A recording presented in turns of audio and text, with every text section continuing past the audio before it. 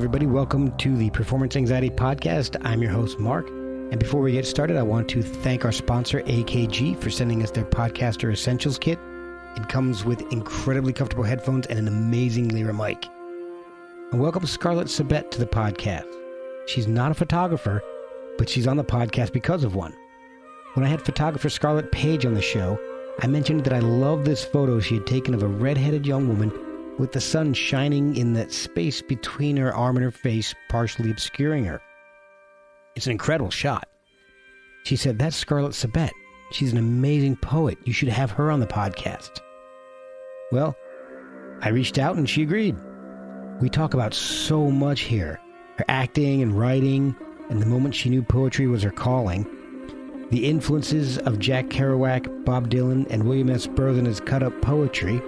And not only do we talk about the album of poetry she released in 2019 called Catalyst, that was produced by Jimmy Page, but also the more recent work celebrating the 200th anniversary of the death of John Keats. You need to follow her on Instagram at Scarlett Z Sabet, at Scarlett Sabet on Twitter, and go check out Catalyst on her website, scarlettsabet.com. She reads some of her work on her YouTube channel, as well as her Instagram page, and follow us at Performance ANX on social media. Review and rate, please. More of those helps the show get in front of more people. We accept cups of coffee at ko-fi.com/performanceanxiety. Merch is at performanceanx.threadless.com. And now let's ease on into this wonderful conversation with poet Scarlett Sabet on Performance Anxiety, part of the Pantheon Podcast Network. Hi, I'm Scarlett Sabet, and you're listening to Performance Anxiety Podcast with Mark Shea. I'm doing this in my Sunday best, I guess. And then I got everything squared away. And I'm like, all right, I'm ready. And then it's 1:59, and I left my headphones upstairs, so I had to run. I'm like, gotta run up and get my headphones. So I'm a little out of breath from running up and down the stairs. Aww. But I will be good in about 1 second. So yeah, don't worry. There's no rush at all. Okay, good. Same here. My oldest daughter is working right now. She's at the hospital. Gosh, she's a nurse. Is she a nurse? She's studying to be a nurse. Yeah, she's a certified nurse's assistant right now, and so she works part-time and just helping nurses out. And when she starts college next year, she'll be studying nursing. She's going for a 4-year degree in nursing. That's incredible. I'm blown away. At the time as well. Yeah. She is way more put together than I ever was. Now. That's incredible. Well, good luck to her. Oh, thank you. I'll pass that along. Yeah, I do. Oh my gosh. So the first thing I do is thank you for joining me. So it's a pleasure. I really do appreciate it. It's really wonderful to speak with you again. And what I want to know a little bit more about initially is what made you start writing poetry? Is there a literary background in your family, or is it something that you were just drawn to when you were young, or did you come to it recently? Question. That's a really interesting question. I think I always, English was my best subject at school as a child and as a teenager. And my parents were very, I guess, literary in terms of, we had a lot of books in the house, and my mum definitely encouraged me just to read any book that took my fancy. So in addition to books of, what we were studying at school, I would read, my mum's she had a lot of Margaret Atwood and Sylvia Plath. Yes. So there was a lot of stuff around, and I think I really enjoyed stories. I enjoyed language, and I guess it was always just very natural to me. And I also enjoyed the discussion about it, the kind of the analysis of it. And I always kept a diary since I was a little girl, and I still do. And I think a lot of my diaries, I guess it started in my early 20s when I was around 2021. And it was kind of the diary entries, they were kind of lyrical and rhythmic, and it was these kind of poems were emerging. And I never really knew that they were poems, or if I yeah, I just was like, okay, well, this has got a rhythm to it and it's makes sense to me. And it kind of evolved from that. But I was always writing, looking back, it was never quite a conscious decision. It was just a thing that overtook everything else and was there. And then once I really focused on it and was like, oh, this is my thing. This is clearly like my vocation. Once I focused all my energy on it, it really accelerated very quickly, which I think is very interesting. And often that's like in looking back, it's definitely an indication in life of sometimes, of course, with everything, you know, life, you experience hurdles, whether it be in your personal life or work or whatever. We all, you know, you've got to persevere and have stamina. Exactly. But I think it was like looking back, it went so quickly once I really focused. But it's, you know, and I think books that really moved me at school, I remember To Kill a Mockingbird, you know, that was, yes, I think that's probably maybe one of the only books that's actually made me cry, because that was just incredible. And I think it's so important that's, you know, taught in schools. And I really remember reading my mum's, what's it called? The Margaret Atwood book that is now The Handmaid's Tale. Oh, okay, yeah. Our TV series. So, and I read that when I was like, I want to say like 12 or 13. So it was very interesting. And I also listened to Radio 4, BBC Radio 4, from like, you know, primary school onwards.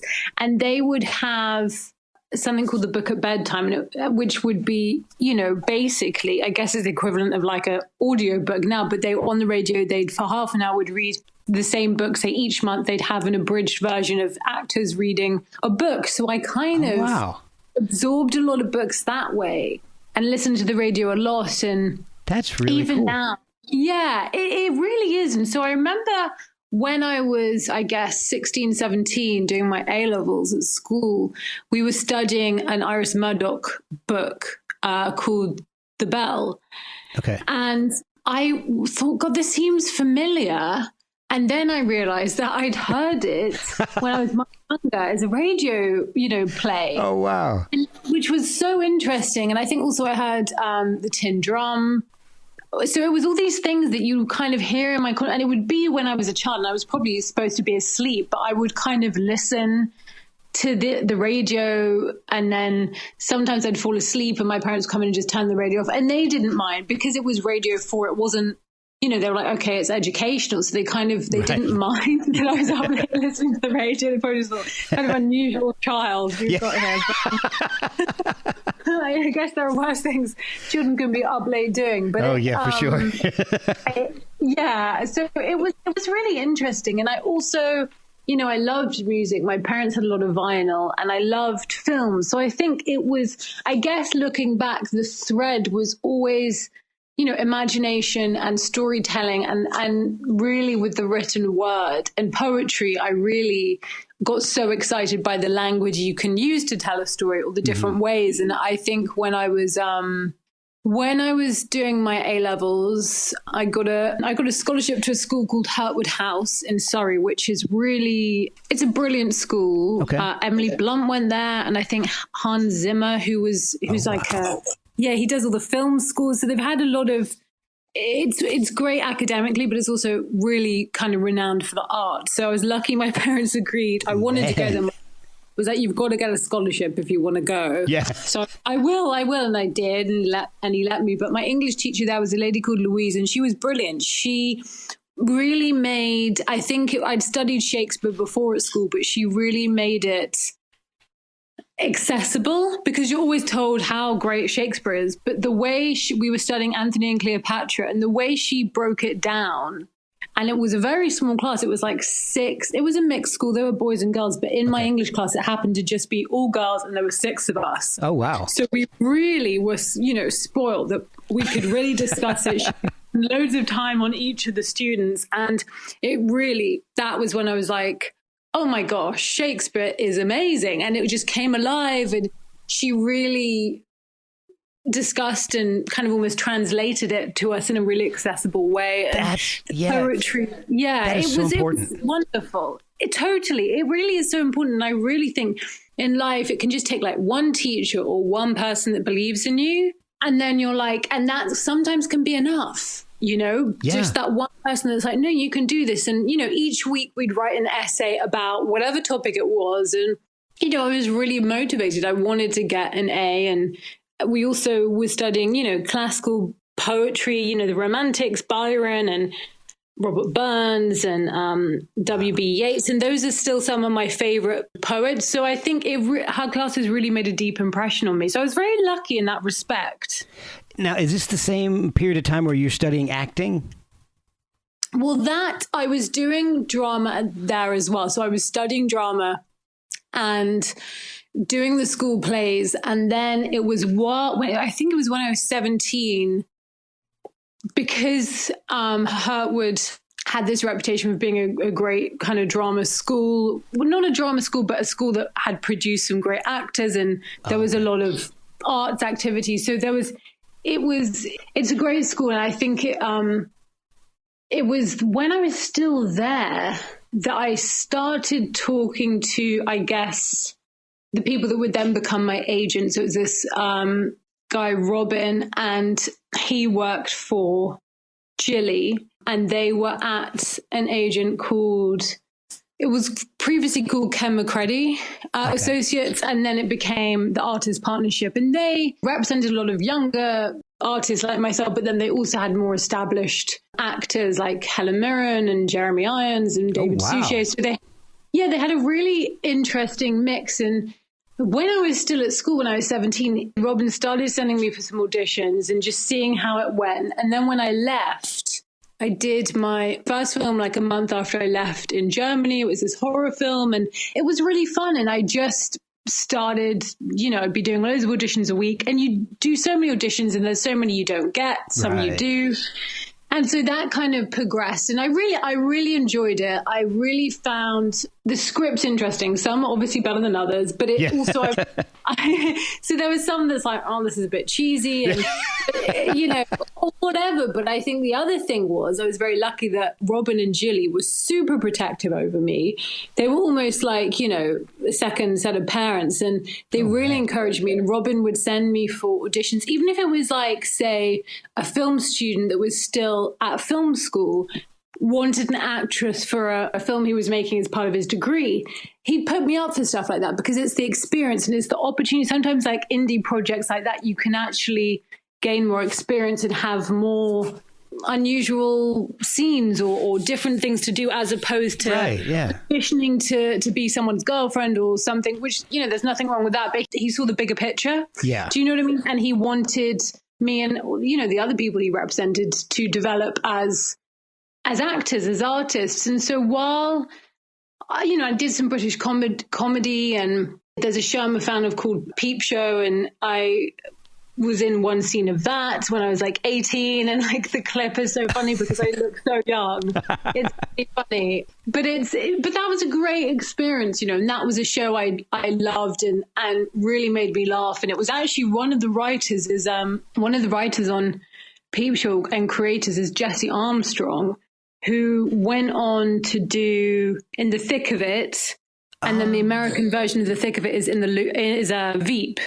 Okay. Yeah, and I think he also is the creator of Succession. Oh boy! Oh man! Yeah, so he is like a super brilliant writer, and I remember when I was on set for Peep Show and we were doing a scene, and it was kind of I think I did like 2 days maybe, because it was just one episode I was in, but I met him and I was like, oh my gosh, and we chatted about this book by Ian McEwan called Saturday, and it was that was cool. It was interesting, but I think looking back, the language in Peep Show, the witty one-liners, the sarcasm, all of that, it doesn't surprise me that he's had this massive success with like Veep and Succession. He's so smart, and he really deserves it. He's just such an incredible talent, and it's all of his concepts and shows are so original. So I really enjoyed, doing stuff like that, getting these experiences. I just feel very lucky. And, I was also very lucky. I had a place when I left school. I applied to some universities, and I had a place to study English and drama at Goldsmiths University here in London. Okay. Which is a great university. And I kind of deferred it and I wasn't sure. And I just felt like I had to go with the momentum of, acting and getting these parts and just follow that rhythm. But it's, so I was very lucky that I got a great agent, and did my first film a month after I left school and continued working. The thing I found tricky as an actress was you are the vessel for someone else's creative vision, which is an amazing thing to be part of. Right, yeah. And to deal and change. And I think as time went on, more and more, I was drawn to the language, and that was such a brilliant creative experience of conceiving something in my mind, writing it, and then having the final say on the execution of it. And it was really then that was the beginning of the shift. And then I just was writing more and more. And that became, after a while, that became the driving force. And it was what I was more interested in. And I was kind of writing poetry constantly. Okay. And also still auditioning, and then also waitressing. So it was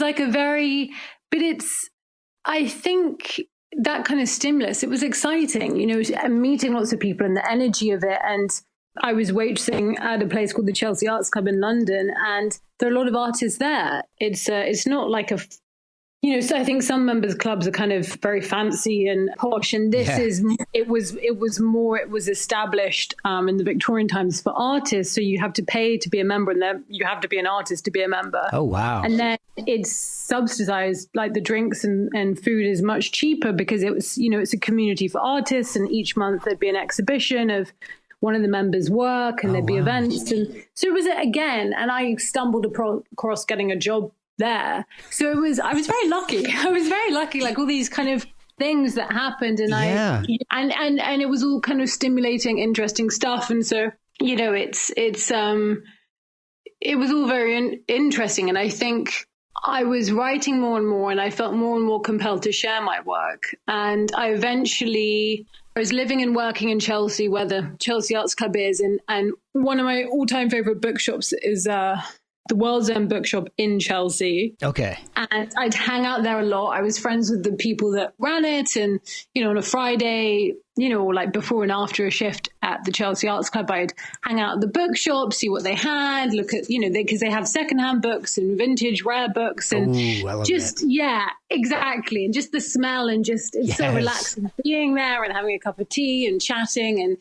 And it was just really lovely. And it's on a part of the King's Road that's very historic, and it's kind of one of the last parts of that area of London that hasn't been completely redone. You can still sense the history from, I guess, the 60s in a way, and the 70s. Yeah, it's lovely. And so they knew I was writing poetry, and they said, well, why don't you put on a poetry reading? I thought, because I thought, I wasn't part of the literary establishment at all. I was this, waitress that had done some acting and was writing poems, and I just auditioning and acting and writing and every other day sleeping and eating. I don't know how you had time to do all this. I know. Look, saying it now, it sounds like a lot was going on, and I guess I don't know. I guess I was young and full of energy. Yeah. But it's I don't know. I think it didn't feel like work. Obviously, the waitressing that was long hours, and it's tiring, but I don't know, the other stuff was just energizing. So I put on this poetry reading, and I asked some other friends who I knew had written stuff to come and read, because I didn't want it to be just about me. I thought, well, let's people I know that have written or that are shy and haven't shared it yet. So it was like a little happening, and we did it. And my friend Alice Stallard, who's an artist, she designed the poster, and we met because she is a member of the Chelsea Arts Club. So it was really organic and lovely. And that evening afterwards, I walked home, and I cried but it was like tears of gratitude, because I just realized that was a really important moment in my life, while it was happening, because I knew I was gonna, focus the rest of my life on poetry. So it was really energizing and exciting. Wow. That's, to be able to know that moment that something happened, that's rare and it's beautiful.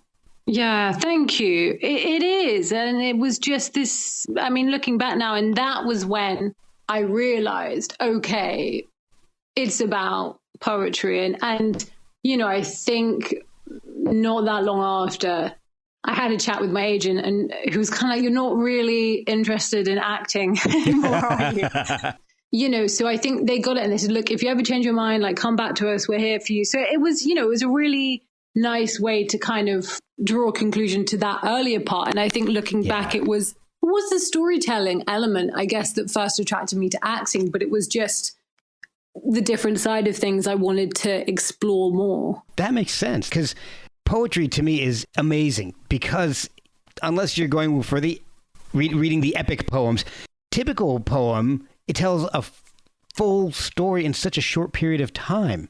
Yeah. A lot like your poem Feathers, which I love, by the way. You. Oh, thank you so much.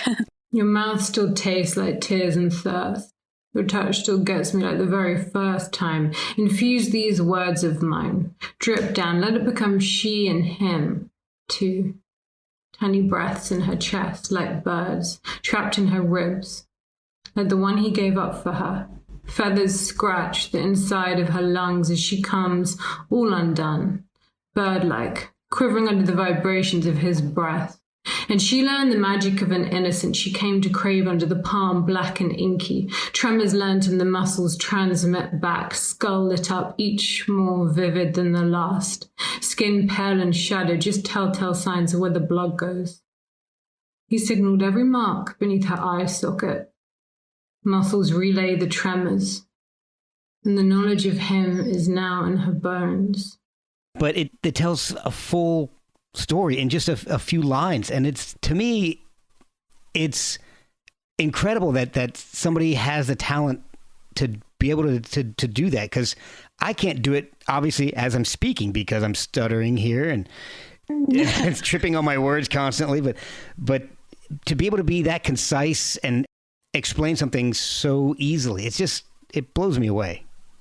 Oh, well, that's very sweet. And that poem Feathers means a lot to me. So I'm so glad it kind of resonates with you too. And it is, I think, the poems that I love when you're just like, oh, that's so concise and beautiful. And the language is just, it's like, wow, how do they do that? And wow, that's possible. And I think, and sometimes there are some poems like Shackles and Fifth Circle of Hell and another one, a love poem, Ocean, that, I had this thing stirring and kind of brewing. And then I sat down and it all came out. And then the way it was published was the way I first, wrote it. It came out, first draft. And then there are others that are kind of, that you work out, or you write it and then you dismantle it and then you switch that around. And so it's good to have both, it's good to, and I think that's the other thing is, like, don't be discouraged if it's not how you want it the first time. It's important to keep working at it. Yeah. Well, I think you've mentioned in the past that Rockin' Underground was written in one shot and never rewritten. Yes. No, you're right. That's another one that, I wrote on the tube in London, and I was reading, it was kind of like a stressful Sunday. I was on the District line. I was going back home. I think I'd actually seen Charlie Hanson. I was getting the District line back. He lived in, I guess, East London. I was in Chelsea. So I got on the tube home, and I was reading Leaves of Grass, which is, I love Walt Whitman, and it's such a beautiful book, but I just felt it didn't really resonate that day, and it was just like, ugh. And I put down that book, and I picked up my moleskin notebook, and I wrote Rocking Underground. And then I was aware that I had to get off and change at the next stop. So it was like this sense of urgency, and that's the thing. Like, sometimes it's writing something at home, and other times it's like you're on a journey, or you're kind of under pressure, or the circumstances are limited and you've got to get it. And it's just, your mind falls into the gaps of the space of that journey and something emerges. And yeah, it's Rocking Underground came out. And that first poetry reading I did on the 12th of November, 2013, I said Rocking Underground. That was one of the poems I performed that night. Wow. And what's really interesting is you mentioned that, you had to get off at a stop. And so you kind of wrote it quickly. And one of the recurring themes that I've come to realize on this podcast is that a lot of the creative people that I have on here are the most creative when they give themselves boundaries. And it forces you to be creative. So you give yourself, I've got to get off of this. I got to get off the tube of this next exit or this next stop. I'm writing this and it's done. And then that was, you created something that it didn't have to be rewritten. You looked at it and that's it. That's the way it needs to be. It's interesting. It's something that occurs more and more, and that totally makes sense that other people you've spoken to on the podcast have said that, because sometimes there's the creativity and the freedom within the restriction. Yes. You're so restricted. You're like, okay, all I can do in this time, whatever, let's see what comes out, what's going to happen. Yeah. And it almost is liberating because you're so limited. Exactly. It's an interesting thing. And then other times you've got all the time in the world and it may not be that productive. So it's really interesting. It's really interesting. And that's why I think sometimes as well a deadline is good, or it can be, it's an interesting thing I've noticed as well. That's funny you pointed it out. I have a question about the creative process, particularly for poetry. I have this preconceived notion, and I've always had this, that writing, and I've done a little bit for friends out in LA and all, nothing's ever gone anywhere. And maybe this is why, because I have this preconceived notion, particularly with poetry, that it's linear and you start writing until you're done and you write from the beginning to the end. But I've got a feeling that that's not exactly how it goes. I mean, do you write poems and then realize that, hey, I need to figure out a way to start this poem, or all this is garbage except for these 2 lines? Does that That's happen? interesting. I definitely have written things and then I've rearranged it. You write something down and then I'll type it up, and then almost looking at it, like literally looking at the arrangement, as it were, it strikes me, or it occurs to me, that would work there. In fact, I need to get rid of that. That's superfluous. Cut that. Let the poem start with that line. That's stronger. Okay. So I think in a way, it doesn't have to be linear. I think the other thing you can do is write, whether it's, a poem or a story, whatever, write the linear version. And then after that, maybe have a break, go back, read it, and then it might occur to you something else that you want to say, and write that down. And then you can kind of, type it all up, and it will occur to you what should be first. So I definitely, I mean, it is different for everyone, but I think it's always better to get it down on paper. And I think so often that's what stops people from writing or doing, anything. Oh, you want it to be good and you want it to be perfect, and that can stop you as well. But it's just best to get it out. Yeah. And then the more you've written, the more you can work with, as it were. Exactly. We'll be right back after a word from our sponsors. Do you have to make yourself write every day, or do you have a set time or a set process to writing? Like every day at 8 a.m. I sit down and I write something, whether I'm in the mood or not? Or I try to do that. I think it's important to have a consistency, and it's not an option not to. And sometimes it's easier or it's difficult.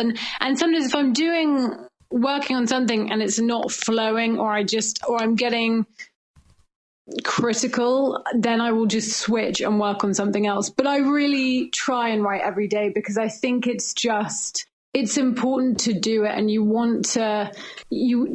I think it's really important to be disciplined. I think especially in the creative arts, it's important to be disciplined and have a routine that works for me. So I think it's and again, the more you work, the more you'll have to work with, and the stronger you'll become at it, I think. So it's like a lot of art forms. You need to practice it, and yes, totally.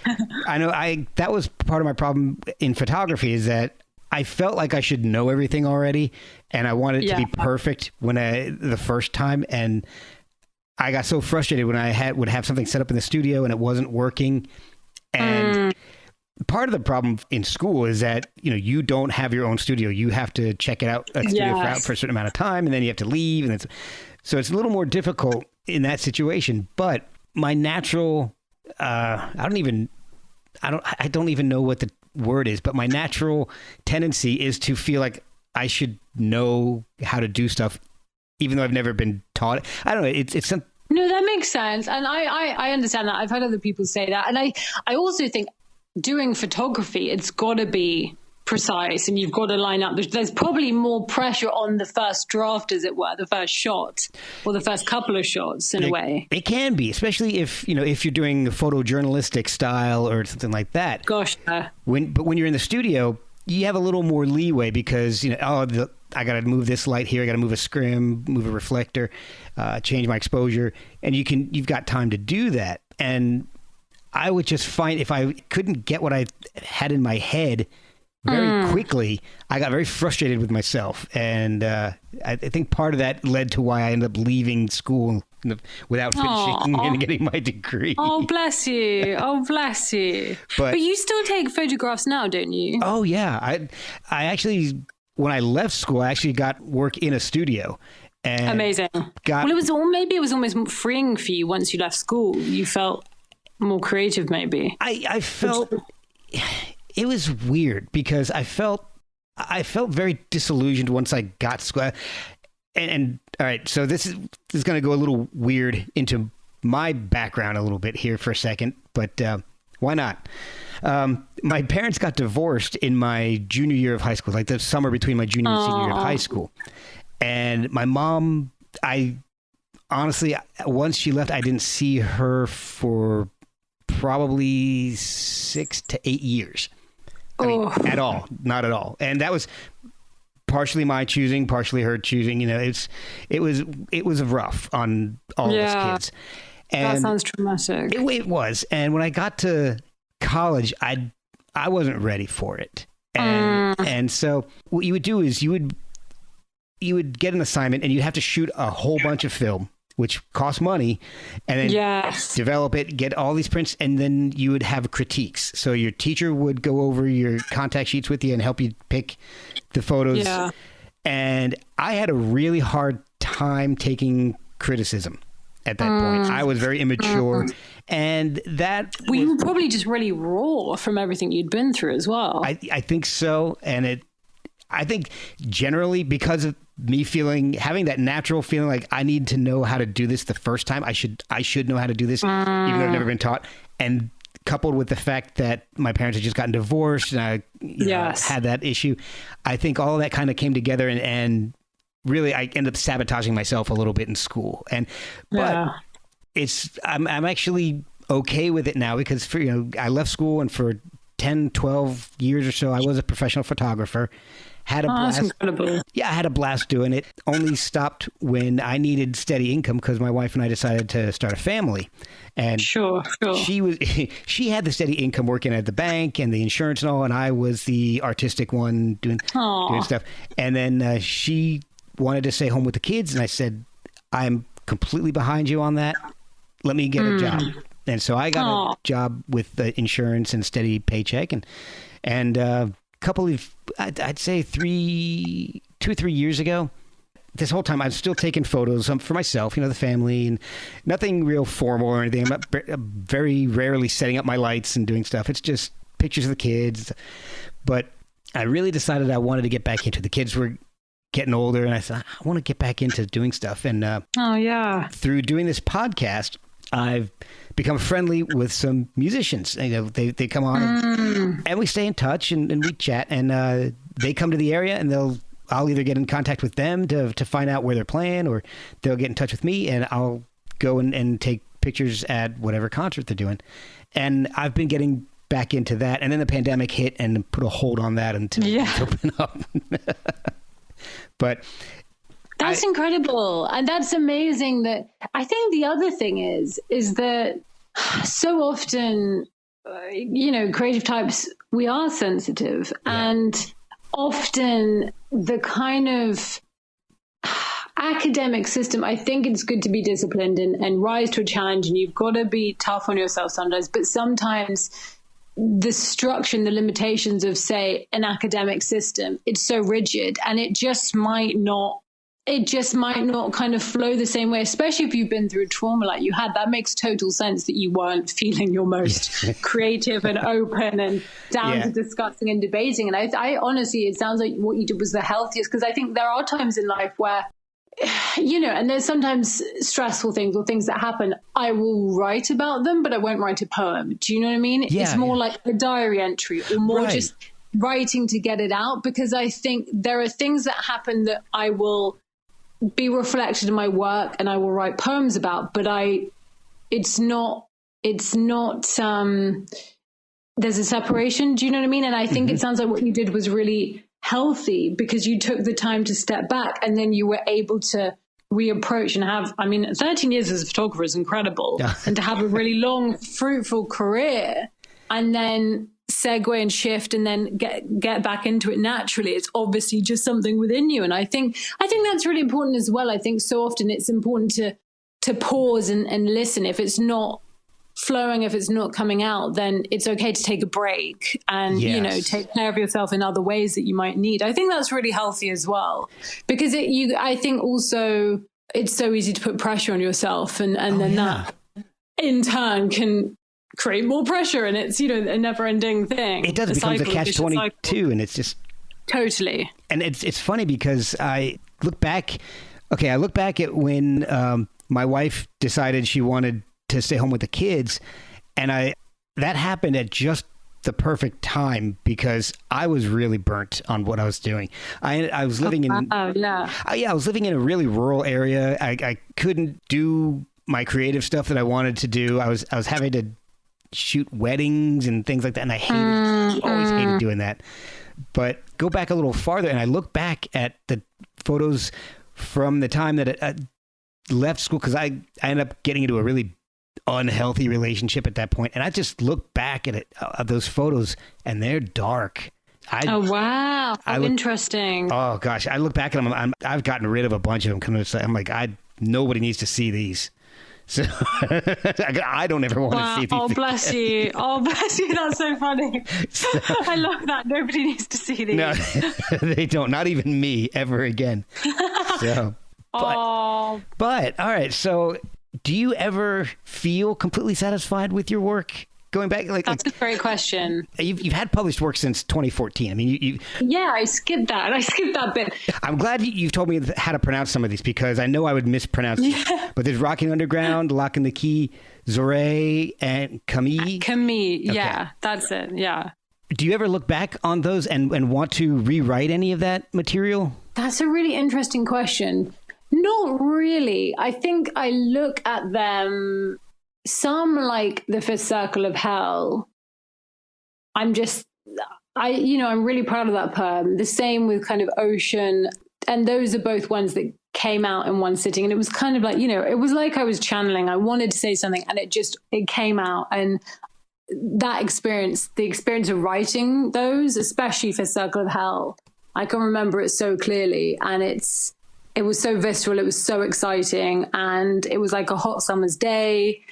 In 2016, I had a mug of green tea, and and again, I was restricted in that I had to be in one part of the house for like a couple of hours because of just other stuff going on. So I was there, and it just came out. And so that was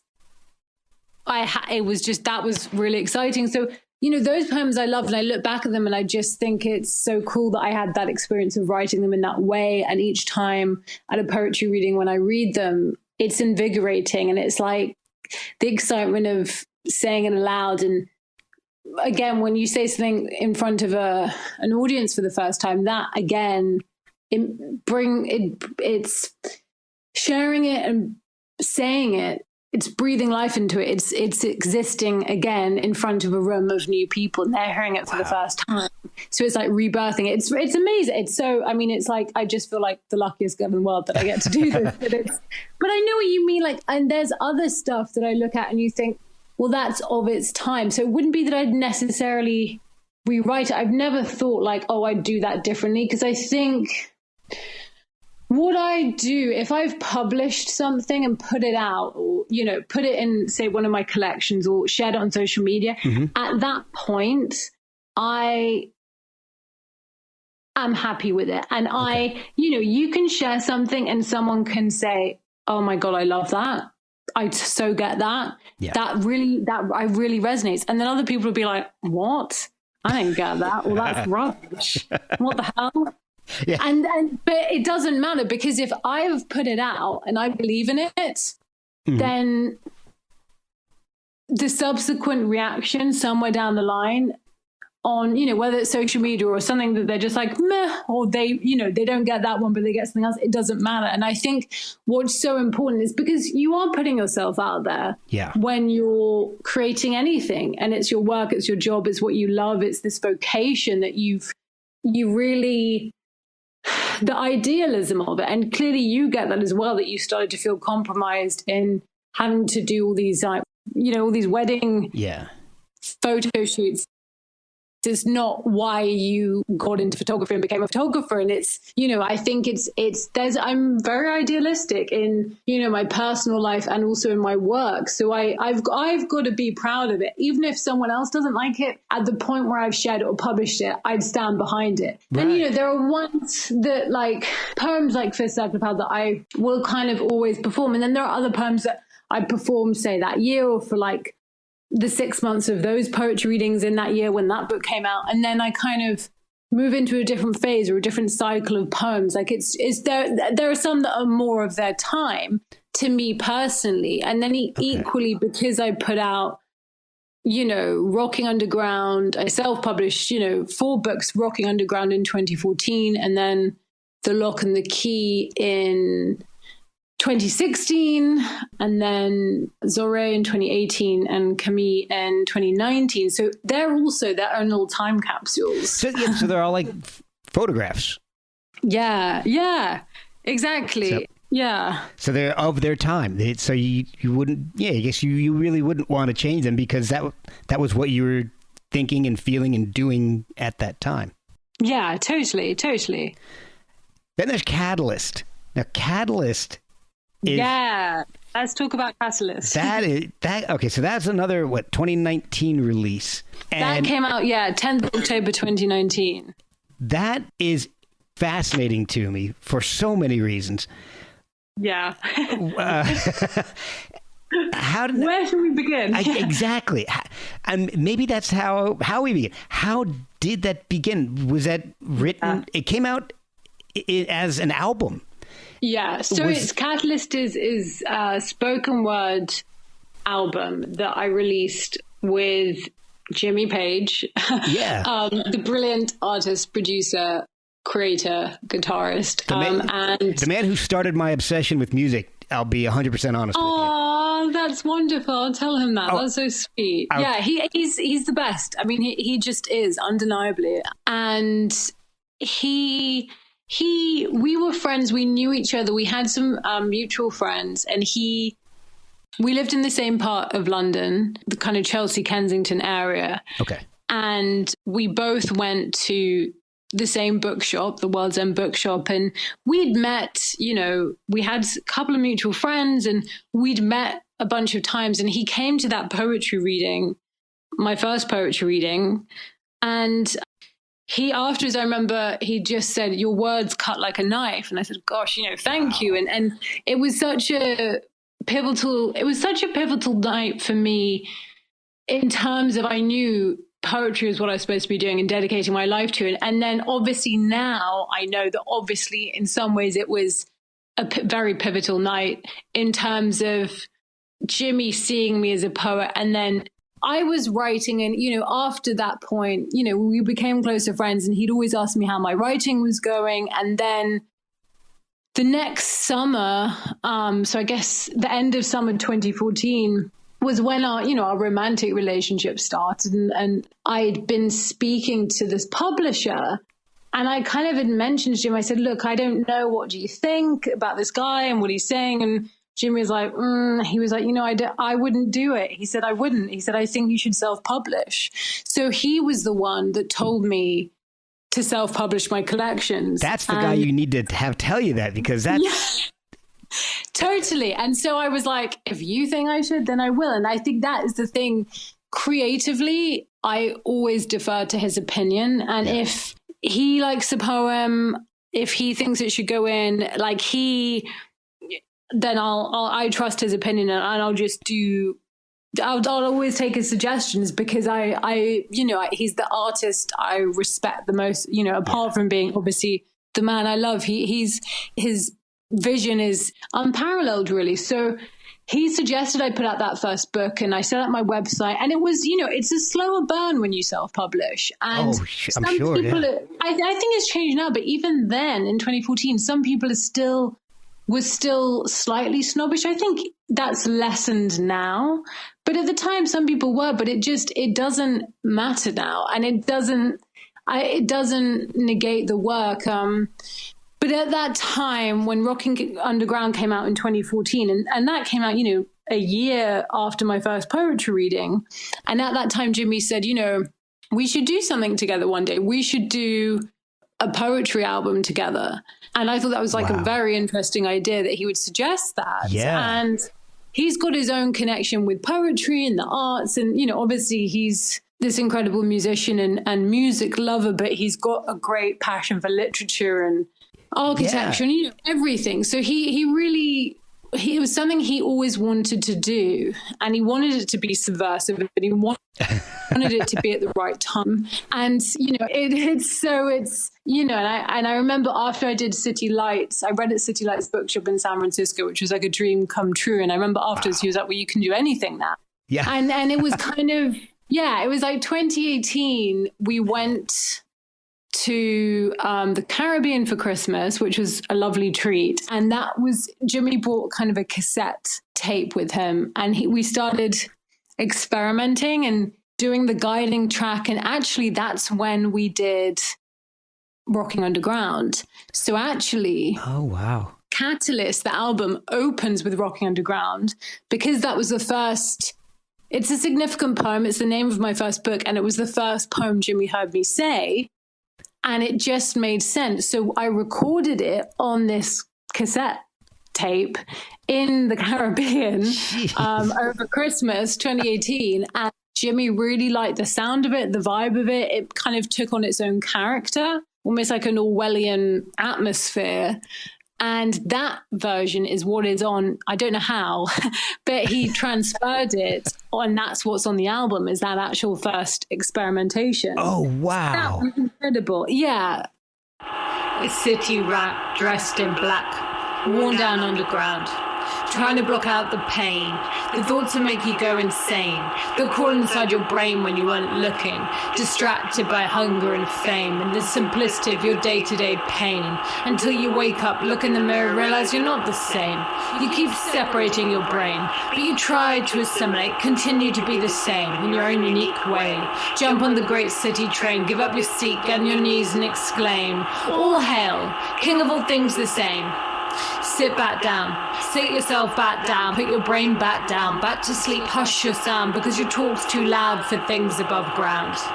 So let the rhythm rock you, carry you down, back underground, but it all smells the same. The girls are so pretty, they all look the same. So don't blame your brain, don't explain, don't talk. All the sounds underground make the same sense, no sense. They don't carry a sound, so just keep rocking underground.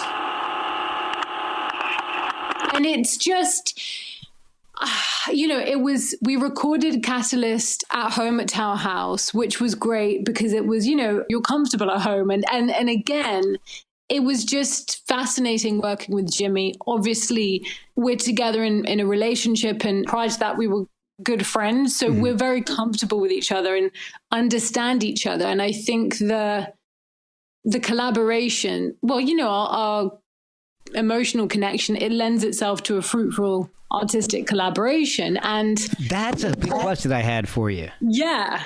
Because I don't know, maybe I'm throwing out my personality flaws at this point, but I think working with people you love, it for me can be difficult because, if let's say I'm Jimmy Page and my wife is you, and I'm not really thrilled. That's a weird sentence.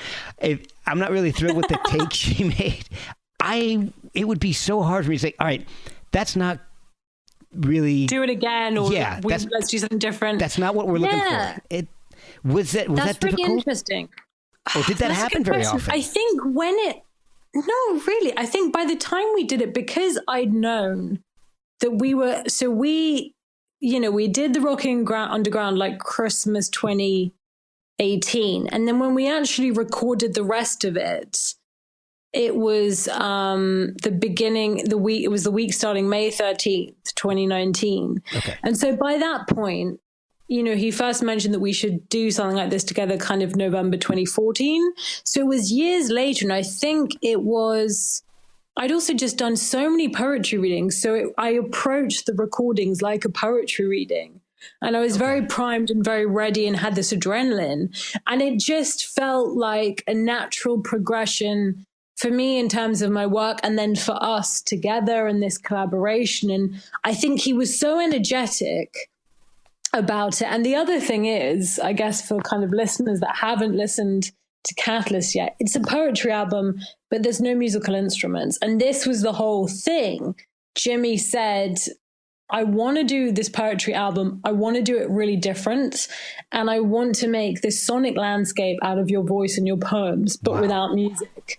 And he said, do you understand what I mean? And I said, not really. And he said, you will. You're going to get it when you hear it.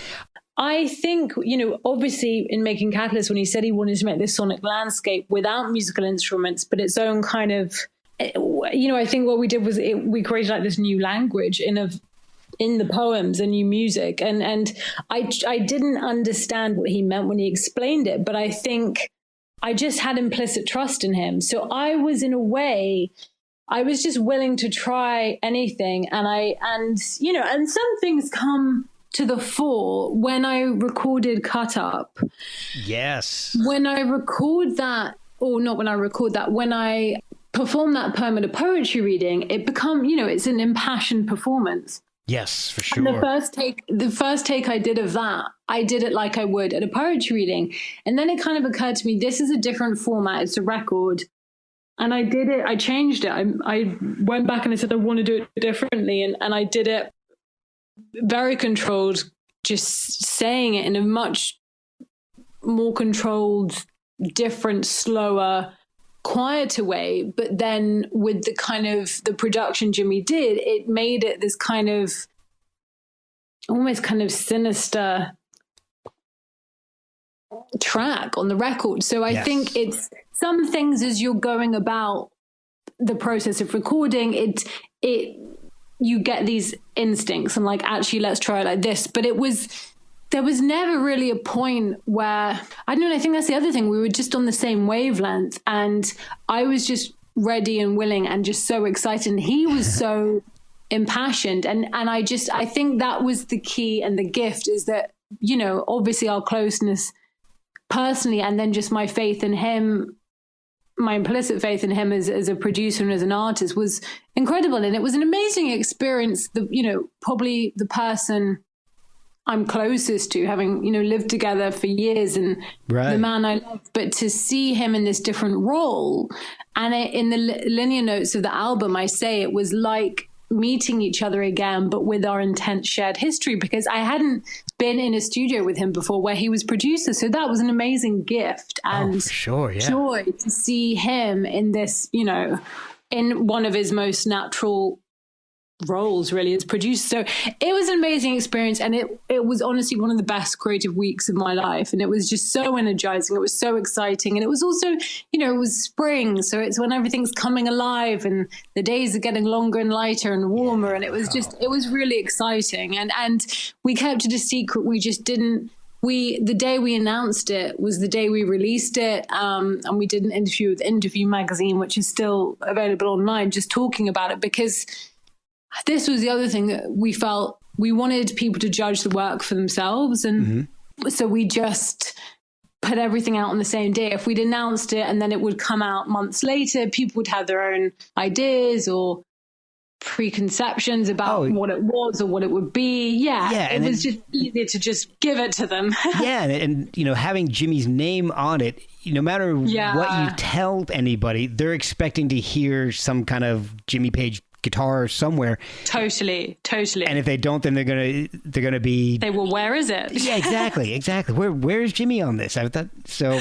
Totally, and that's the other thing he said to me. He said, "Look, some people are going to love this, and some people won't." And I said, "Look, that's okay." And that didn't bother me, because he was so passionate about it, and he believed in it, and he wanted to do something unexpected. And I think this is the other thing. I mean, Jimmy is in a position where he can do pretty much whatever he wants. Right, yeah. He's got so many options, and he gets so many offers, and there's so many things of like, we'd love you to do this, or come and play on this, or come and do this. Imagine what he gets offered. And he's like, well, sure, I could do that, but why, I want to do what I want to do. And I think that's also part of the magic of him, is that he's concentrated his energy on what he wants to do. And he's not, you see some people that perhaps, feel they have to do something or compromise themselves or to be relevant, or I should want to show my face there. And he's just always done the artistic challenge and to push something or do something unusual and unexpected. And I think that's, to him, is what is exciting. And I think, again, personally, I always, if I've done a poetry reading somewhere, say City Lights, which I will, it's always a pleasure and an honor to, I've done 2 readings there now, and that was amazing. But you also want to challenge yourself to do something somewhere else, or you've written a poem one way, I want to try something in a different way, or it's just, I think it's do something, be brave within your work. I try and always be brave, and at least yourself when yourself more than anyone else when you're being brave or when you're playing it safe. And I think Jimmy's passion for the project was kind of my suit of armor in it. It's like he believed in it so much, and I love it. And as time goes on, I love it more and more. And I'm just so proud that we did that. And I think it's so cool that he did that. It's just, it's incredible. It was so much fun as well. Can you explain the method that you used in Cut Up? I was trying to write this kind of epic poem, and I think I had like 20 pages. And it was getting a little suffocating. And it was like, I'd got all these papers and I'd been writing it out and writing it different ways. And it was getting a bit like, okay, this needs to end. Yeah. And it needs to end soon, because I can't take it much longer. I saw a great thing at a poetry festival in Ireland that I performed in once. And I saw one of the other authors, and they were saying that someone once said to them, how do you know when it's time to publish? And he said, when you can't stand your own filth anymore, then it's time to put it out, when you can't stand it any longer. And I just thought that was so funny, when you're like, you know what, this needs to just finish. Yeah. So that was a great, to paraphrase that poet suffocated by own work. Yes, exactly. So I just thought, I'm just going to cut it up, literally. So, I wrote it all out and I cut it up, and I was obviously happy with the parts I cut up, and they had, it was lines I was confident in what I was trying to say. And, I just rearranged it. And I did it, with paper and pen and scissors. And so it's interesting. So it's the cut up poem is a cut up, but it's got its own kind of weird rhythm. And it's about the kind of the quite dark, sinister events and cycle of events that have been going on. And it's a poem that I really love performing. And it's one that we both felt very strongly should be on on Catalyst. That was the other thing. We definitely both felt that Rocking Underground should be on it. The love poem Possession and Euphoric Kiss. Yes. Yeah, because they were like bookmarks to us, you know, personally, as well as being poems I'm proud of as a creative work. And then Cut Up, definitely. Fifth Circle of Hell, definitely. And also the nod to the beat poets, because I think in Catalyst, Jimmy wanted to create something that was, you know, would emphasize the power of the spoken word. And Jimmy is, you know, he's a fan of the beat poets too. And he actually, in the 70s, William Burroughs requested to interview Jimmy for Crawl Daddy magazine. Oh, wow. Yeah, I'll send it to you. I think it's online still, the transcript. I'll see if I can find it. I'll send it to you. But oh, that'd be awesome. It's really interesting. And so Jimmy said, yeah, absolutely. I'd love to chat to, you know, Bill Burroughs. Oh, yeah. And so they met up in New York, and Jimmy said that Burroughs had seen Led Zeppelin play like 4 times, maybe like 4 or 5 times. And which is an amazing image of like William Burroughs, like in his hat and raincoat, and Led Zeppelin. And that's exactly what I thought. Watching Led Zeppelin, which I just thought was fascinating. And it's really interesting that he was really interested in the kind of the trance kind of magical power of the music and the audience reaction. And so I think that was really interesting. So Jimmy had a personal connection to him. And obviously another poem on Catalyst is a poem I wrote called For Jack, which is a kind of loving eulogy for Jack Kerouac, who, you know, he had this overnight fame and success when he had On the Road published. Right. And he pioneered this new style. He was influenced by jazz, very much influenced by his friend Neil Cassidy, and it's tapped into the zeitgeist. And I think each generation, that there's certain pieces of work and certain artists like Jimmy's work, obviously with Led Zeppelin and his other work, that each new generation of teenagers that discover it are like, this is the best thing ever. And it's also the same with Bob Dylan, the same with, you know, On the Road. It's a rite of passage kind of book. And I remember when I was 19, I had read, my parents loved Bob Dylan. They had all his old vinyl. And I was listening to Dylan, and I'd read that he had memorized this poem called Howl by Allen Ginsberg. And I was like, oh, wow. So I looked it up and I was like, okay, that's a long poem to memorize. Yeah. and then and I don't know if that's one of like Dylan's myths that he puts out. That's possible. Yeah, totally. Playing games with us. But also it was like, what a piece of work. What is that? I want to know more about this. Who is this? Who are these people? And then the next day I walked to my local library and I got out on the road, and that had a massive impact. And it was just the language, the energy of it. And it really encapsulates that, you know, restless, wanting to explore, wanting to see more and experiment. And I think, you know, the beats have kind of become somewhat, you know, they've been somewhat synonymous with kind of hedonism, which is certainly true, but they also had these kind of spiritual aspirations, creative aspirations, and they encouraged each other. And I think the kind of spiritual and creative discipline and work speaks to me greatly. And I just, the fearlessness and the experimentation and the kind of, in that time, they made history and they're very revered now, but they were also kind of outcasts and outsiders. And I definitely, a lot of my life, I've also been, you know, an outsider that finds themselves in, you know, unusual situations, if that makes sense. And it's just, it's definitely, I think definitely being a poet. And also I think a photographer, I'm sure you relate, you observe, you take stuff in, you absorb stuff, and then it comes out in your work. It's a different, you view things in your mind's eye, and it's, you know, and I guess poetry is my language and photography yours. So it's, I love Kerouac's work, but I think the tragedy of him is he was so sensitive, and obviously that shows in his work and his idealism and spirituality, but it also, the attention, the fame and the criticism and the ridicule, and then everyone was becoming a beat, and then being a beat was like, it was almost like they were made parodies of themselves. So exactly. It was a weird thing. And he kind of drank himself to death. So in that poem for Jack, I try and memorialize that. And that was actually, I performed it for the first time in Lowell, his birth town, and also where he's buried in Massachusetts. Wow. Yeah, that was amazing. The first time I read at City Lights, there was a guy who had, came and saw my reading. I read with Janica Stuckey, who's a great poet. And a guy in the audience said, Chris Porter, he said, I'd love you both to perform at this festival I'm organizing in October for Jack Kerouac. So we both performed. And I, between the poetry reading in March at City Lights and then the festival in Lowell in October, I wrote this poem and I debuted it there. And it was just thinking of him and just this kind of, again, I guess I wanted to capture him. So that was a poem that we really wanted on Catalyst as well. You, who let your own gift decay. You, who I remember every day, to honor my own face and pen.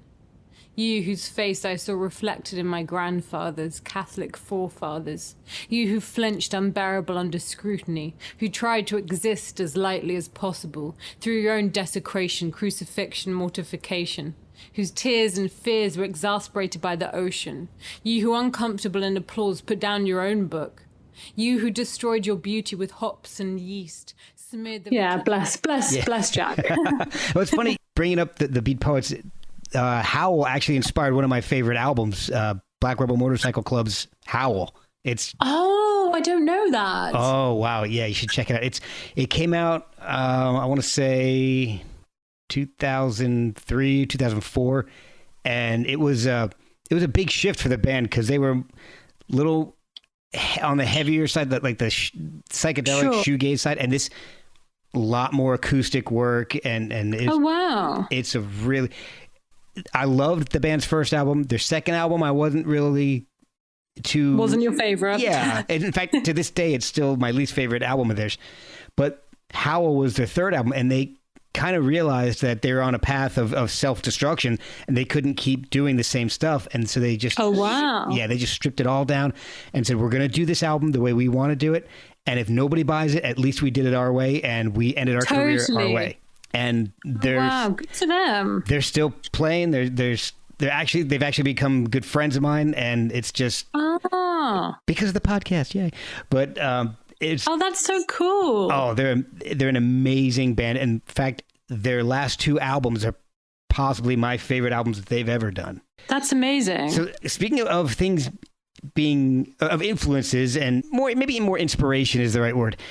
I had a really interesting idea. Cut Up kind of inspired something in me. I thought of something really interesting, and I don't know if this has been done before. I thought I had an inspiration when I heard Cut Up, and I learned, more about it. Sure. And the process about it. And I just pulled away from the mic for some reason. I don't know what the heck I'm doing here. Everybody just came home, so I'm trying to, and they brought me chicken nuggets. Oh, nice. So I'll have to eat them a little later. Actually, that's why I was leaning away from the mic, but I'm going to move them because the dog is still wandering around the house, and I don't want him to get my nuggets. Oh, that's so I don't want him to get my chicken nuggets. Yeah. Okay. So I heard Cut Up, and I had learned a little bit. I don't want to say learned about, but I guess maybe that's the best way to put it, about the Cut Up process from Burroughs and all. And like probably 50% of this planet, I have done some improv classes and some performances and have a podcast. So you're too self-deprecating. It's a natural, I don't want to say defense mechanism because I'm not feeling defensive at all. It's just... No, I know what you mean. Bless you. But I thought, how funny would it be if you wrote maybe something like your 20-page epic poem, cut it up line by line, threw it all in a hat, and did a poetry reading where you just pull out line by line. That's amazing. It's just a total improv poem. That should be done. I think definitely post lockdown, post social distancing, or even anyway, some kind of legal poetry event. Legal poetry readings. Yeah, where everyone's safe and not at risk. I think that's a great idea, because I think it's, spontaneous, and that's what is exciting about, I find exciting about Cut Up, is like, what's next? Yes. And it's an element of handing it over. And I think I'm definitely a perfectionist, and clearly you are too. And it's surrendering, especially surrendering your work. It can be tough. And doing a Cut Up, it's very liberating, and it just introduces the element of chance and fate and like the luck of the draw, the luck of the cut up, into what line comes next. So it's a really interesting idea. I think you should definitely do it, because I think I remember when I put out Camille, which is my 4th book, and is it that book? Yeah, it was. And there's a poem in there called Hiding in Plain Sight. And that was actually a poem, a cut-up poem that had a line from every other poem in the book. Oh, wow. So when I finished arranging what was going to go in that book before I sent it to the printer, Jimmy said, I think you should do a cut-up poem that's from every line in the poem. There's got a line from every other poem, like a poem of the book. That is brilliant. Yeah, so I've got to give him credit for that, because and it's called Hiding in Plain Sight, and I should go back and read that, because that was an interesting one. But I also remember the second time I read it, City Lights, was in December 2019, so right before the pandemic. We were lucky enough to go to San Francisco for a couple of days, and afterwards we just decided to just speak about Catalyst. Jimmy was on the trip with me, and afterwards we had dinner with Peter Marvellis, that runs City Lights, and his wife, and they're both just lovely people, and they're just having dinner with them is, when you just want it to go on forever, because they've just got so many amazing stories and so many interesting insights. And they really liked Cut Up on Catalyst. That they said that was, one of their favorites. And they said that when they got married, their vows were things they'd written down, but I think they put it in a hat or a box, and they just took it out. So they didn't know. Wow. It was like this surrealist wedding. Oh my God. So that, just when you said your thing, it reminded me of that. So it was really interesting, but I think that's a really good idea. Well, thank you. Your idea. I think you should definitely do that. I'll have to write poetry that's halfway decent enough to be read in public before I do that. But No. I'll work on that, and then we'll do the cut up thing. I didn't think you'll have a problem with that, but no, yeah, I think it's a really good idea, because it adds the risk element, doesn't it, to a live performance? Oh, yeah, and that's what I loved about doing the improv, is because you're there, yes. You've got a partner, and the only rule in improv is you can't deny your partner. So whatever they say, your answer is yes, and you have to you add. Yes. Improv is all about addition and not subtraction. So it's totally. I love that, and I took the classes with one of my best friends, Mike, and we did it to try to. I was telling you earlier that I'd done some writing for my friends out in LA, and Mike and I were writing together, and we thought, well, let's try to free our constraints here. Let's do some improv classes, and maybe that'll help our writing. And I think it did. Oh, wow. But in addition, it was just so much fun to do these classes. We took them at the DC Improv, and it was just, I've got to give credit to the DC Improv, and it was so much fun. I want to do it again once they're up and running and all. So I think it brings back in like a joyful experimentation, and it's not like pressure, and it's a job or where you've been hired and you've got to deliver this and that or whatever. I've got a funny story I want to tell you really fast. Do it. Okay. This goes back to doing the improv classes. One of the warm-ups they have, and I'd say there's probably 20 to 25 people in the class. And one of the exercises they have to warm you up is everybody forms a circle, and the instructor is in the middle. He starts singing a song, and somebody has to tap him, and he goes out, and that person comes in and sings a song. And it's all to free you of inhibitions. If you can sing in front of people, then you can do anything. Exactly. I don't sing. I'm not a singer at all. I don't have a good voice. I don't pretend to sing. Talking is hard enough for me. So I'm sitting there going, what am I going to sing? What am I going to... And I have, if you could see behind me, I have probably 3,500 to 4,000 CDs in my collection. I blanked on music.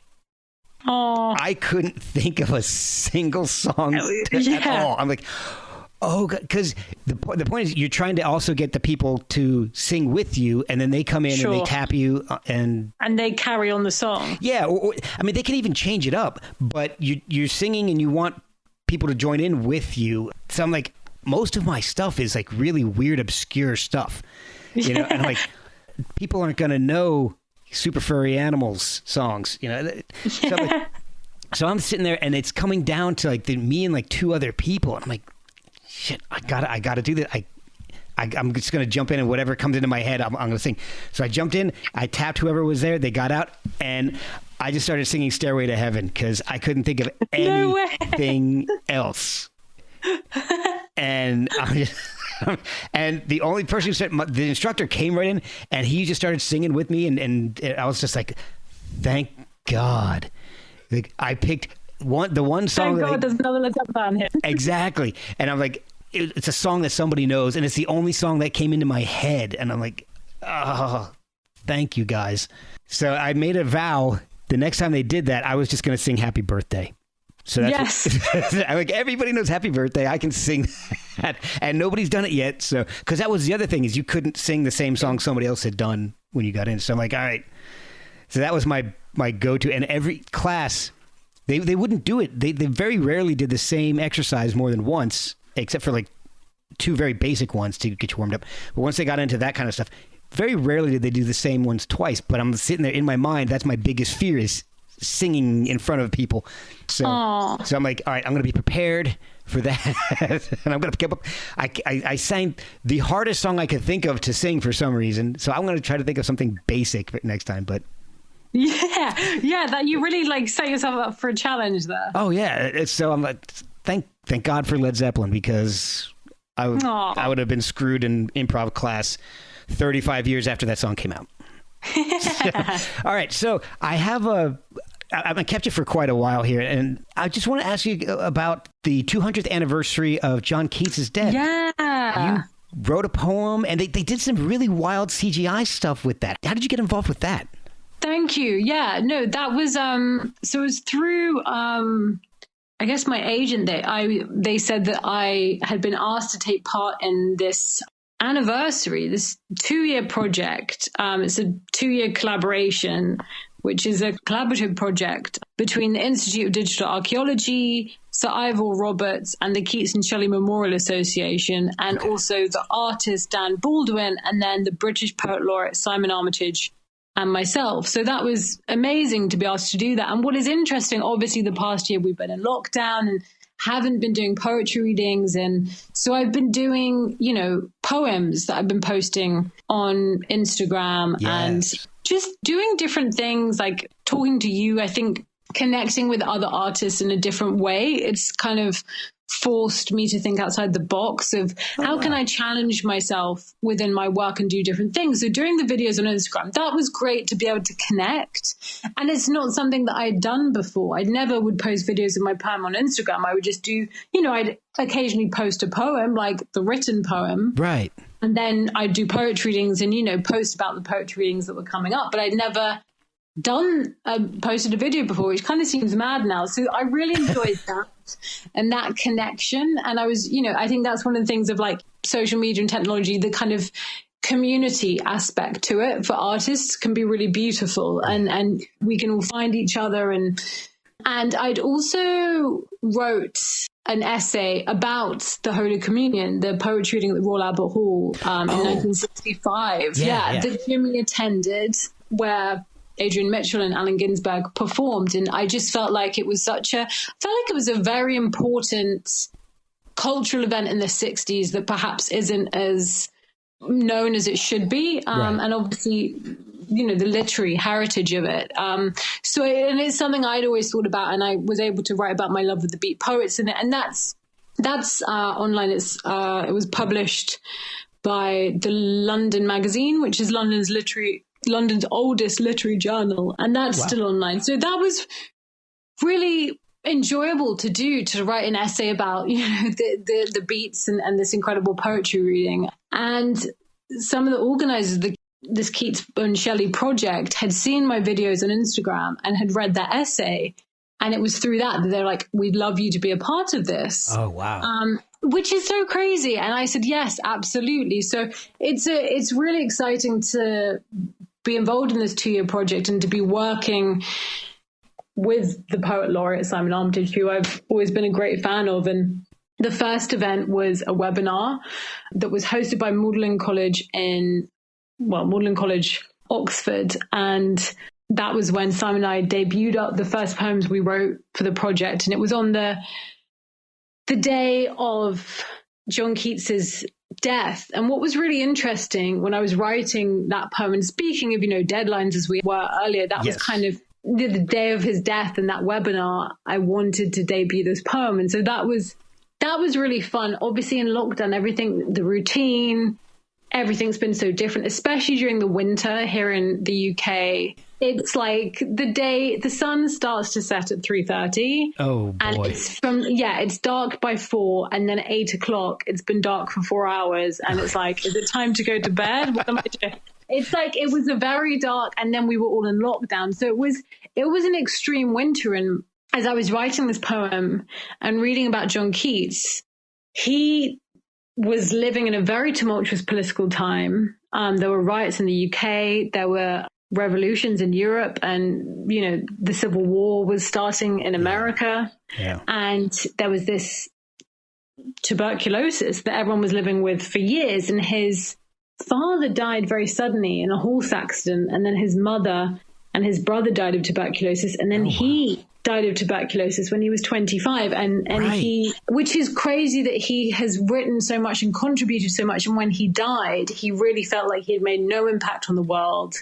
God. And that he wouldn't be remembered. And the irony that 200 years later, we're all talking and thinking about him. And his work was so beautiful. And I think him being in this pandemic, and he was suffering, he had tuberculosis, and the doctors recommended he go to a warmer climate, that maybe that would help his chest. Mm-hmm. So he goes with a friend to Italy. And by the time they get to the port in Italy, news from England has reached, I guess, the Italian government that there's been an outbreak of cholera in the UK. So the ship has to stay in the port. They don't let them disembark from the ship for 10 days. They've got to be in quarantine on the ship for 10 days. Oh. So it was very interesting, this whole thing of quarantine and restrictions and this, this respiratory disease that is taking so many lives during the time he lived in. And I was writing about him 200 years later in a lockdown from this awful virus. So that was incredible. That's amazing. History repeating itself so perfectly. Totally. It was quite eerie, and it's a real honor to be part of this. And I was really curious about, I guess, just again, I wanted to capture him. And I think what struck me was the times he was living in was very bloody. Mm-hmm. He also, from the age of 15, trained as an apothecary, and he worked as a surgeon's dresser. And so his medical training began when he was a teenager. And it was very hard, bloody work. He was working at St. Guy's Hospital by the River Thames in London. And, they had no anesthetic then. They would give the patient maybe some beer to kind of numb them out, but they'd have to hold them down. And there would be, sawdust on the floor. That was the kind of best disinfectant. And he was having to do post-mortem. So he was very young, and it was pretty dark stuff. And I just thought it was really interesting. And so the poem starts, body and flesh a compass for an isle fervent with dissent. Your mind's eye perform mercilessly beneath scalpel and pen, because I just thought the precision, literally, of operating. And then his poems are so precise and concise and beautiful. And it's just, he's creating this magic out of these bloody times. And so that was my first poem for that project. And it's really exciting. And obviously I really enjoy collaborative work. Obviously, Jimmy and I collaborating on Catalyst was such an amazing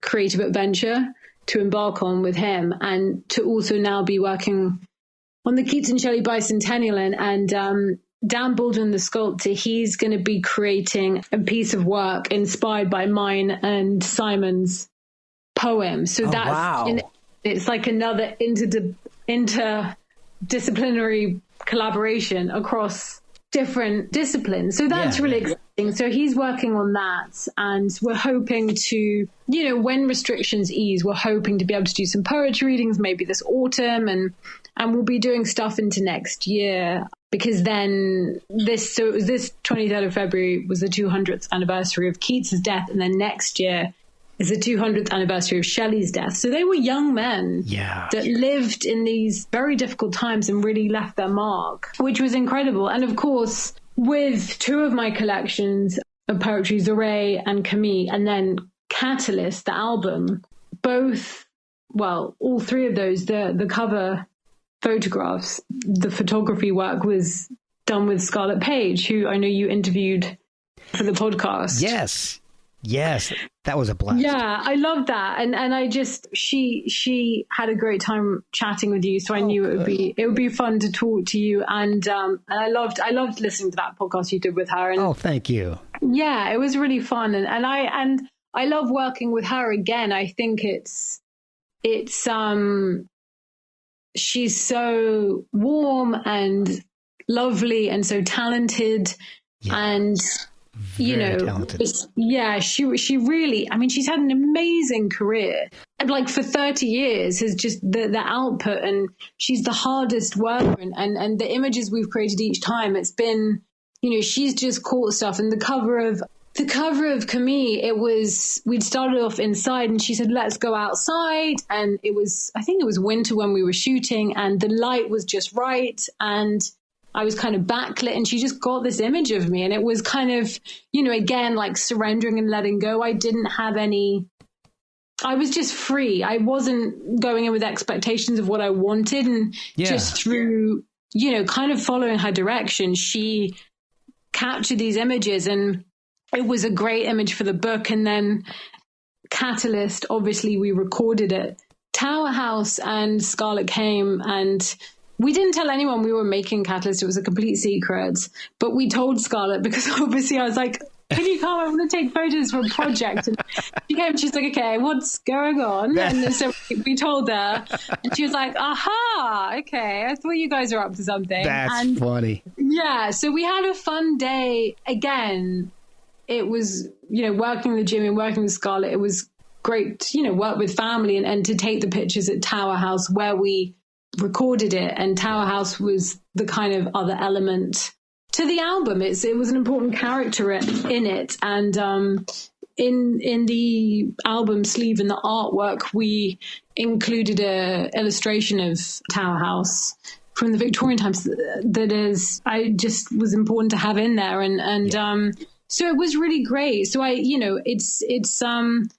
it was a pleasure to work with Scarlett, and she's done some really interesting portraits during the pandemic. And again, we're all finding interesting different ways to work within these restrictions. So it's been an interesting time. The restrictions are creating new ways to be creative. Yeah, totally. Totally. Again, have you done any like socially distanced photo shoots yet? I haven't. You know what's funny? What the pandemic has done has freed up everybody to talk. And so good point. I have been slammed with people coming on the podcast. I try to record one a week or maybe two and release one a week, but I've had weeks where I've had 3 or 4 people like, can we do it on this day and this day? And it's just been insane. So didn't you do 3 this weekend? Yes, I had. That's amazing. I did a Friday. Who the heck? I had Donnelly Godshow from the Grateful Dead. Wow. And then that was on Friday. Then KJ McKillop from the band Moose, who I don't know if you're familiar with them. They were a really interesting band. No, I'm not. The term shoegaze was created during one of their concerts, one of their live shows. Oh, wow. They're a fairly new band playing live, and the reviewer came and watched the show, and Kevin McKillop, his nickname was Moose, and they named the band Moose, and so the singer is a guy named Russell. So Moose is sitting there playing his guitar, and he's got so many effects pedals that he's looking down to make sure he's always hitting the right one. And Russell had just written the lyrics to the music, so he wasn't familiar with the lyrics yet. So he's staring down, looking at a lyric sheet. And so the reviewer's sitting there and goes, I don't know what's going on, because these guys are just shoegazing the entire concert, just staring at their feet. And so that created the term shoegaze, which now is an actual musical genre. Wow, that's quite the claim to fame. And this is something I found out, that Moose's first album had a song that featured Dolores O'Riordan from the Cranberries. Oh, wow. And it's before the Cranberries' first album came out. Oh, wow. Gosh. So and there's actually a second song that she recorded, but they can't find it. Oh, my gosh. She had such an unusual voice. Yeah. And it was a demo that they didn't mix, and Moose liked that song more than the one they actually ended up putting on the album. So they're trying to find that song, that demo, because they never mixed it down and finished the mixing process. But, hopefully one of these days they can find it. So, wow, that's incredible. And you're the third one this week. So wow, you've really been you've been busy. It has. And the problem was that I would release one episode a week. And so my lead time was going, I don't like it to be more than 4 weeks. And it was getting to like 8 weeks. I'm like, this is ridiculous. You're going to have to up it to 2 a week. That's what I've been doing. I joined a podcast network, and like I mentioned to you earlier, and I was like, do you guys mind if I every once in a while just start give you more? Yeah. And they're like, no problem. Don't worry about that. Just put out as much as you want. So. Yeah, give us as much as you've got. Yeah, that's amazing. But it's true. I've definitely, especially working out at home, and I'll put on a podcast, and so it's definitely been it's a nice escape as well. Like, say, a creative podcast or an interview, as opposed to checking in with the news each day. I think especially there was so much fear and uncertainty, and it was we were all in it together. We just didn't know what was going on. And now, a year in, we can look back and we understand what's happening and ways we can hopefully keep ourselves safe. But I think initially it was the unknown. And it's, I think it's really important to check in. I personally like to check in with the news and know what's going on in the world. But it's also, you've got to have a balance and not get... watch it every hour. Do you know what I mean? It's, you've got to... You'll go down the drain. Totally, especially like the death toll, and it's so sad and heartbreaking, really. So it's a real treat to have conversations and chat to other artists, and then listen to them talk about their process on podcasts and stuff. So it's great that you've been so busy. That's amazing. Oh, I've been amazed. I mean, having someone like yourself on, but also people that I looked up to. Yeah, as a young kid, I had John Anderson from Yes on not too long ago. Oh, wow. Albert Bouchard from Blue Oyster Cult. So, it's been... Oh, my gosh. That's incredible. Donnelly Godchaux from The Grateful Dead. So, it's been really amazing to be able to connect with some of these people. And, some of them are I'm still in contact with. So, it's been really cool. Yeah, no, because we follow each other on Instagram. So each week I'm like, oh, wow, that's going to be an interesting podcast. And I thank you, because I see that you do like almost every single one of them. So thank you. So I do appreciate that. Well, you've also, the way you post them is such a great distinctive layout. Oh, thank you. It's really recognizable. I think that was a smart move. So people is like, it's this week's podcast. Is great. I hope so. I was a little concerned about that. I wasn't sure if that would get boring after a while, if I should switch it up, maybe do a black background on the logo or something. I don't know. I like it. All right. Well, I'll keep doing it. Like I said a couple of times already. I have kept you for quite a while. Thank you so much. It's been such a pleasure. Thank you for making time. And let's chat again soon. And have a good Sunday with your family. Thank you. Enjoy your chicken nuggets. Thank you very much. And good luck to your amazing daughter training as a nurse. She's one of our heroes. So good luck to her. That's incredible. She is. I will pass that along. Thank you so much.